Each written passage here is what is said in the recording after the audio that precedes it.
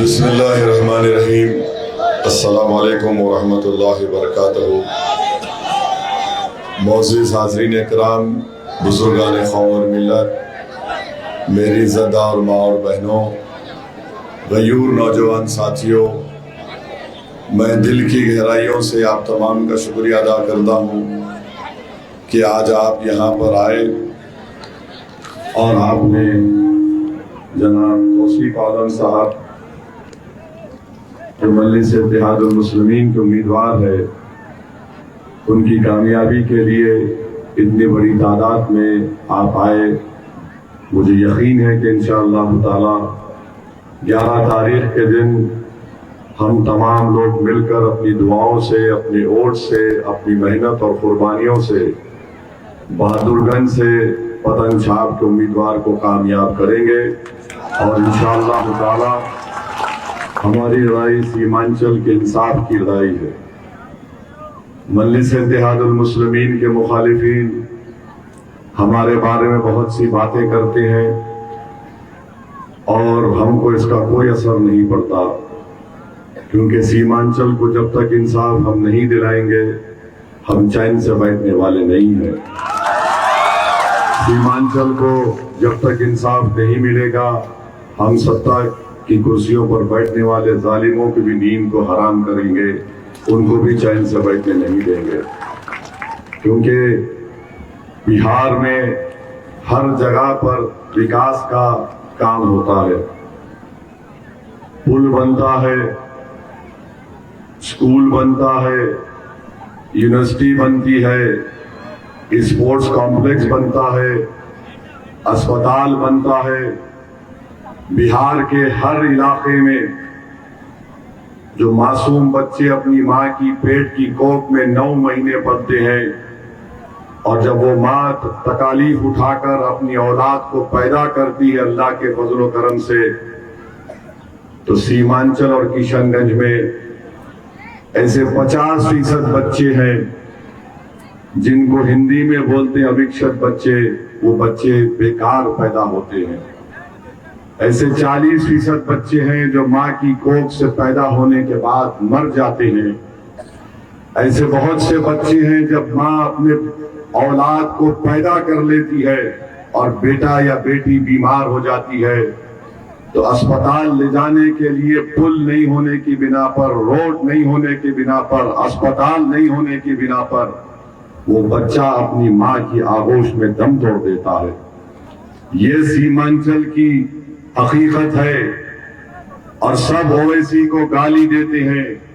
गाली देने वालों दो, अगर तुम्हारा कलेजा हल्का होता है गाली देने से तो मुझे गाली दो, मगर याद रखो मेरे दिल और मेरे जिगर को, मेरे दिमाग को सुकून उसी वक्त मिलेगा जब तक सीमांचल की जनता को इंसाफ मिलेगा, तभी मुझे सुकून मिलेगा।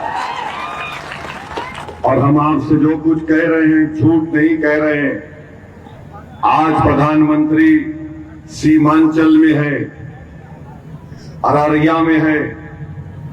मैंने जो कहा कि बिहार के हर इलाके में काम होता है, कांग्रेस हो, जेडीयू हो, बीजेपी हो, राजद हो, वो कहते हैं कि बिहार में बहार है, ओवैसी कहता है कि सीमांचल में बाढ़ है।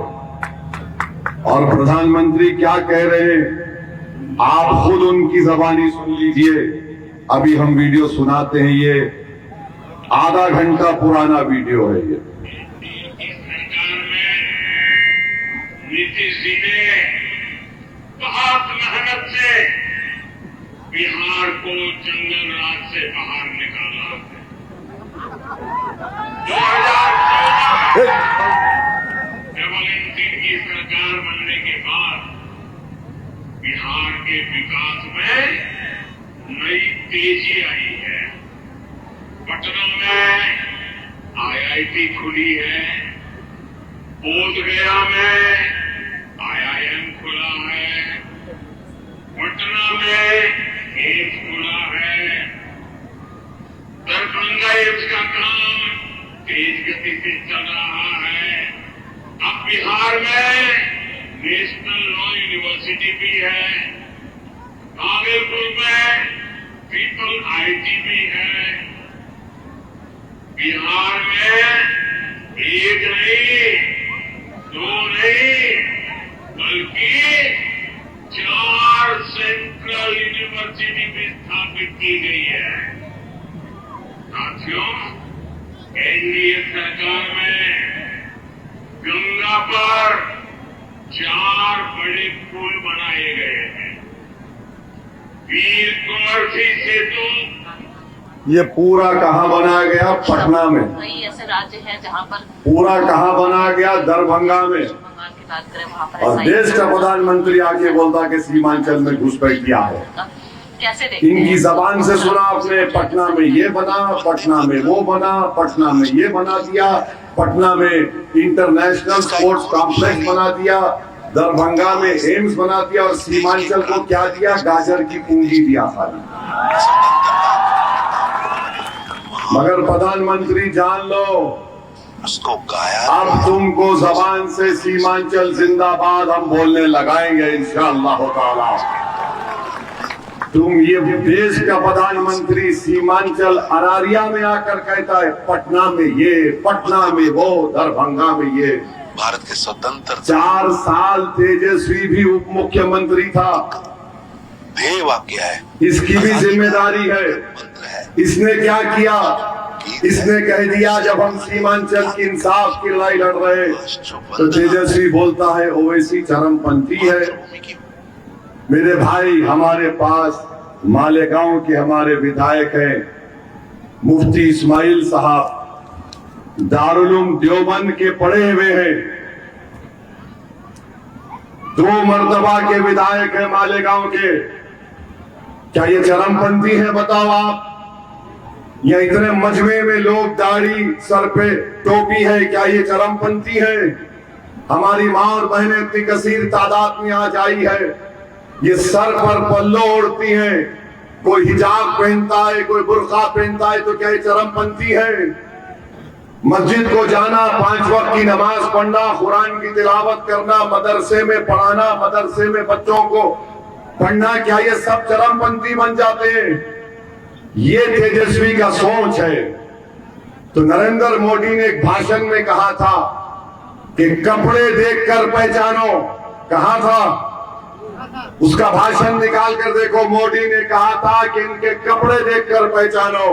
तो तेजस्वी क्योंकि मोदी का छोटा भाई बन गया, उसने चेहरे पे दाढ़ी, टोपी, बुर्का, पल्लो देखकर कह रहा ये सब चरमपंथी है। अब इस पर कोई नहीं बोलता है, सीमांचल पे कोई नहीं बोलता है। हम सीमांचल की लड़ाई लड़ रहे हैं। मोदी का भाषण आपको सुना दिए। राजद क्या बोलती है? अरे हम लालू जी जब थे वो फुला थे, अरे यहाँ पर पुल नहीं है, रोड नहीं है, अस्पताल नहीं है, बच्चों के लिए तालीम का इंतजाम नहीं है। पूरे सीमांचल के लिए किशनगंज में 1 डिग्री कॉलेज है, मारवाड़ी डिग्री कॉलेज। बताओ हमारे बेटियां बच्चे कैसे पढ़ेंगे? हमने लड़कर कहा था बहादुरगंज की जनता को 5 साल पहले डिग्री कॉलेज बनाएंगे। अब उसकी जमीन मिली है। अब ये तौसीफ आलम साहब की जिम्मेदारी है कि उसको मुकम्मल कराए बिल्डिंग बनाकर इंशाअल्लाह। और हम आपसे वादा कर रहे हैं इंशाअल्लाह ताला। हम शुक्रगुजार हैं हमारे भाई मासूम का, वो हमारे और करीब आ गए। नाराजगी थी, वो नाराजगी वाजबी थी मासूम साहब आपकी। और नाराज कोई अपनों से होता है, गैरों से नहीं होता मासूम साहब। यहाँ पर है हमारा मासूम, ये वाकई में मासूम है। ये देखिए आप कितना माशाल्लाह चेहरे से, हर एतबार से आज हमारे साथ आ गए। हम इनका शुक्रिया अदा करते हैं और साथ ही साथ हम आपको वादा कर रहे हैं कि इंशाअल्लाह ताला दक्षिण दरमिया से देशिया टोली कब्रस्तान को जोड़ने वाली रोड का काम तौसीफ आलम कराएगा इंशाअल्लाह ताला। उत्तर दरमिया से घाट बस्ती अकलाबारी को जोड़ने के लिए पुल का काम भी पतंग छाप का तौसीफ आलम कराएगा कामयाबी के बाद। मटियारी और चूनामारी का पुल भी इंशाअल्लाह ताला ये काम भी तौसीफ आलम कराएंगे, और अगर तौसीफ आलम नहीं कराएंगे तो वैसे यहाँ पर आकर इनका हाथ पकड़कर तुम्हारे सामने खड़े रहकर पूछेगा, तौसीफ साहब क्या हो रहा है बताओ हमको, हम आपसे वादा कर रहे हैं। अब हम जो लोग समझते हैं कि ओवैसी भूल जाता है, ओवैसी नहीं भूलता। ओवैसी के दिमाग में अल्लाह ने थोड़ी बहुत याद रखने की सलाहियत दी है। अगर हम किसी से 5 साल के बाद भी मिलते हैं, एक सहाफी हमको मिले, बोले मैं आपको लखनऊ में मिला था, मैंने उनसे कहा हाँ तुम यहाँ पर होटल के बाहर मिले थे, ये गुफ्तगू हुई थी और इतने लोग थे, हमको याद रहता है। तो सीमांचल से जुल्म करने वालों, मैं तुमको भूलने वाला नहीं हूं। और सीमांचल की जनता याद रखो, जब तक ऊपर वाला हमको जिंदा रखेगा हम तुम्हारी लड़ाई लड़ते थे, लड़ रहे हैं और लड़ते रहेंगे इंशाअल्लाह ताला। ये सीमांचल की और बहादुरगंज के इंसाफ की लड़ाई है। मेरी आपसे अपील है कि आप अपनी पार्टी को मजबूत करिए।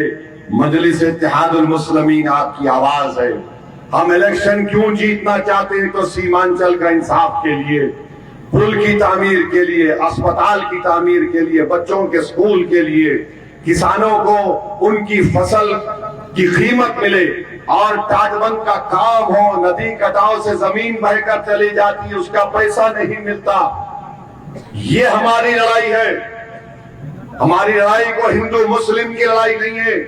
हमारा मानना यह है कि इन तमाम नाइंसाफियों को खत्म करने के लिए आपको अपने वोट और अपनी आवाज चाहिए, जो पटना के जालिम लोगों के सामने बैठकर आपके इंसाफ का लड़ाई लड़े और आपको इंसाफ दिलाए। लोग बोलेंगे पहले भी जीते, जो जीत कर गए थे वो गूंगे, अंधे और बहरे बनकर पटना की विधानसभा में बैठते। एक पार्लियामेंट में 540 में आपका बेटा, आपका भाई असदुद्दीन ओवैसी है, उन सब की नींद हराम करके हम रख देते हैं पार्लियामेंट में। तो हम आपसे अपील कर रहे हैं, गुजारिश कर रहे हैं कि 11 तारीख के दिन अपना एक वोट का निशान पतंग छाप पर लगाइए। आप साथ देंगे ना सीमांचल की लड़ाई में हमारा? मेरी मां और बहनों, हम आपसे भी अपील कर रहे हैं कि ये लड़ाई हमारे आपके मान सम्मान की लड़ाई है। आपके कोख में जो बच्चा पलता है वो जिंदा रहे, पैदा होने के बाद वो सेहतमंद रहे। इस किशनगंज जिले में बच्चों के जिस्म में खून नहीं होता, एनीमिक होते हैं। 55% ये सैलाब शुदा इलाका है। गुर्बत 50% है, गरीबी दर से नीचे लोग रहते हैं। ये मेरे आंकड़े नहीं है, बिहार सरकार के आंकड़े हैं। हम इनको आईना दिखा रहे हैं और आपसे कह रहे हैं कि अपने आप से अगर आप मुत्तहिदा तौर पर अपने वोट का इस्तेमाल करेंगे तो जीतेंगे। रहा सवाल वो प्रोफेसर साहब का, माशाल्लाह 5 पार्टी छोड़ चुके हैं। 5 पार्टी, 1, 2, 3, 4, 5वीं पार्टी में गए हैं। मैं मुबारकबाद देता हूं प्रोफेसर साहब। लगता है कि आइंदा 5 साल के बाद आप मोदी के बाजू खड़े रहेंगे, क्योंकि जो जबान और भाषण का इस्तेमाल आप कर रहे हैं वो सिर्फ आप नफरत का इजहार कर रहे हैं। मैं सीमांचल की जनता में उम्मीद को जगा रहा हूं, उनको बुज़दिल नहीं कर रहा हूं। मैं सीमांचल की जनता को ख्वाब दिखा रहा हूं, इसलिए दिखा रहा हूं कि इस ख्वाबों को हम पूरा करेंगे इंशाअल्लाह ताला। और हम यहां पर जीतेंगे तो सिर्फ ठाकुरगंज, बहादुरगंज, कोचा दामन, भैंसी, अमोर, जोकीहाट, अररिया जीत के लिए नहीं, पूरा गेम बदल देंगे इंशाअल्लाह ताला। पूरा खेल बदलेगा, पूरा खेल बदलेगा। 14% यादव मुख्यमंत्री बनेगा, 3.5% मल्ला उप मुख्यमंत्री बनेगा, और 17% क्या करेगा? तुम्हारे सामने दरी बिछाएगा, सर झुकाएगा, भीख मांगेगा।